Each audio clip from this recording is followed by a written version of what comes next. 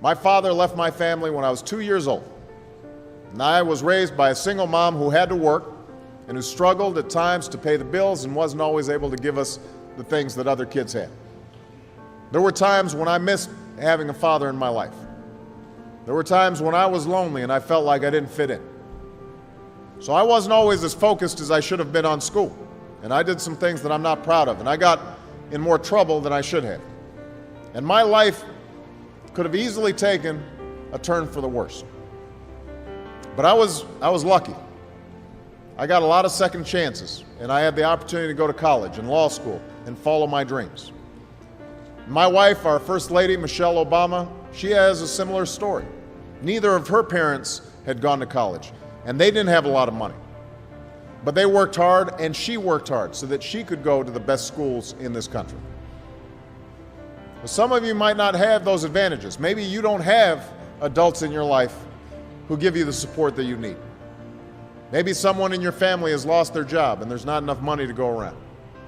Maybe you live in a neighborhood where you don't feel safe or have friends who are pressuring you to do things you know aren't right. Where you are right now doesn't have to determine where you'll end up.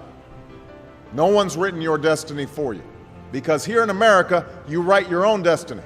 You make your own future. And that's why today I'm calling on each of you to set your own goals for your education and do everything you can to meet them.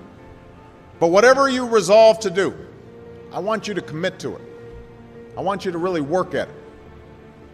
I know that sometimes you get that sense from TV that you can be rich and successful without any hard work, that your ticket to success is through rapping or basketball or being a reality TV star. Chances are you're not going to be any of those things. The truth is, being successful is hard. You won't love every subject that you study. You won't click with every teacher that you have. Not every homework assignment will seem completely relevant to your life right at this minute. And you won't necessarily succeed at everything the first time you try. That's okay. Some of the most successful people in the world are the ones who've had the most failures. J.K. Rowling, who wrote Harry Potter, her first Harry Potter book was rejected 12 times before it was finally published. Michael Jordan was cut from his high school basketball team. He lost hundreds of games and missed thousands of shots during his career. But he once said, "I have failed over and over and over again in my life, and that's why I succeed." These people succeeded because they understood that you can't let your failures define you. You have to let your failures teach you. You have to let them show you what to do differently the next time. So if you get into trouble, that doesn't mean you're a troublemaker. It means you need to try harder to act right. If you get a bad grade, that doesn't mean you're stupid. It just means you need to spend more time studying. No one's born being good at all things. You become good at things through hard work. You're not a varsity athlete the first time you play a new sport. You don't hit every note the first time you sing a song. You've got to practice. The same principle applies to your schoolwork. You might have to do a math problem a few times before you get it right. You might have to read something a few times before you understand it. You definitely have to do a few drafts of a paper before it's good enough to hand in. Don't be afraid to ask questions. Don't be afraid to ask for help when you need it. I do that every day. Asking for help isn't a sign of weakness, it's a sign of strength, because it shows you have the courage to admit when you don't know something, and that then allows you to learn something new. So find an adult that you trust, a parent, a grandparent, or a teacher, a coach, or a counselor, and ask them to help you stay on track to meet your goals. And even when you're struggling, even when you're discouraged, and you feel like other people have given up on you, don't ever give up on yourself.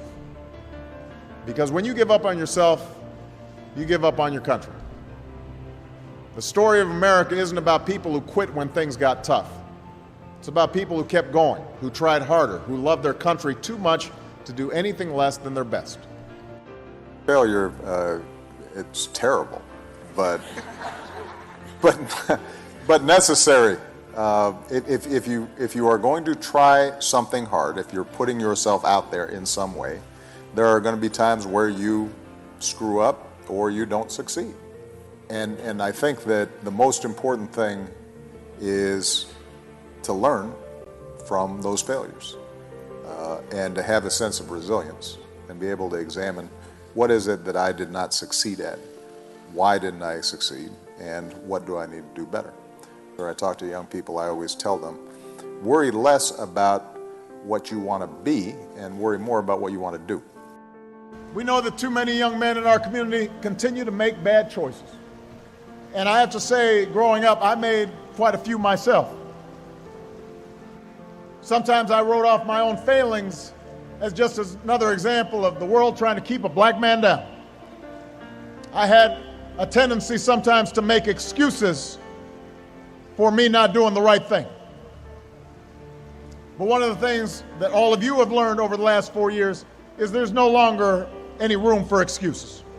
Excuses are tools of the incompetent used to build bridges to nowhere and monuments of nothingness. Well, we've got no time for excuses. You have to remember that whatever you've gone through, it pales in comparison to the hardships previous generations endured, and they overcame them. And if they overcame them, you can overcome them too. Spirit of excellence and hard work and dedication and no excuses is needed now more than ever. If you think you can just get over in this economy just because you have a Morehouse degree, you're in for a rude awakening. But if you stay hungry, if you keep hustling, if you keep on your grind and get other folks to do the same, nobody can stop you. And when I talk about pursuing excellence and setting an example, I'm not just talking about in your professional life. Be the best husband to your wife. Be the best father you can be to your children. Because nothing's more important. I was raised by a heroic single mom, wonderful grandparents, made incredible sacrifices for me. And I know there are moms and grandparents here today who did the same thing for all of you. But I sure wish I had had a father who was not only present, but involved. Didn't know my dad. And so my whole life, I've tried to be for Michelle and my girls what my father was not for my mother and me. I want to break that cycle where a father's not at home, where a father's not helping to raise that son or daughter. I want to be a better father, a better husband, a better man. It's hard work that demands your constant attention and frequent sacrifice. And I promise you, Michelle will tell you I'm not perfect. She's got a long list of my imperfections. Even now, I'm still practicing, I'm still learning, still getting corrected in terms of how to be a fine husband and a good father. But I will tell you this, everything else is unfulfilled if we fail at family, if we fail at that responsibility. I know that when I am on my deathbed someday, I will not be thinking about any particular legislation I passed. I will not be thinking about a policy I promoted. I will not be thinking about the speech I gave. I will not be thinking about the Nobel Prize I received. I will be thinking about that walk I took with my daughters. I'll be thinking about a lazy afternoon with my wife. I'll be thinking about sitting around the dinner table and seeing them happy and healthy and knowing that they were loved. And I'll be thinking about whether I did right by all of them. So be a good role model. Set a good example for that young brother coming up. If you know somebody who's not on point, go back and bring that brother along. Those who've been left behind, who haven't had the same opportunities as we have, they need to hear from you. You've got to be engaged on the barbershop, on the basketball court, at church. Spend time and energy and presence to give people opportunities and a chance. Pull them up, expose them, support their dreams. Don't put them down. We've got to teach them just like what we have to learn, what it means to be a man. It's up to you to widen your circle of concern. that everybody, no matter what you look like or where you come from, what your last name is, it doesn't matter. Everybody gets a chance to walk through those doors of opportunity if they are willing to work hard enough.